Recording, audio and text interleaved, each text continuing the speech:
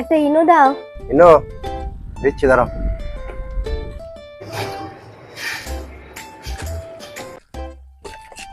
নাও ইনো।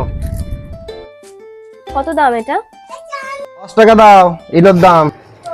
এই নাও টাকা। বলছি এটা কি করে খেতে হয়? কি করে খেতে হয়? জলে গুলে খেতে হয়, আবার কি করে খেতে হবে? ঠিক আছে।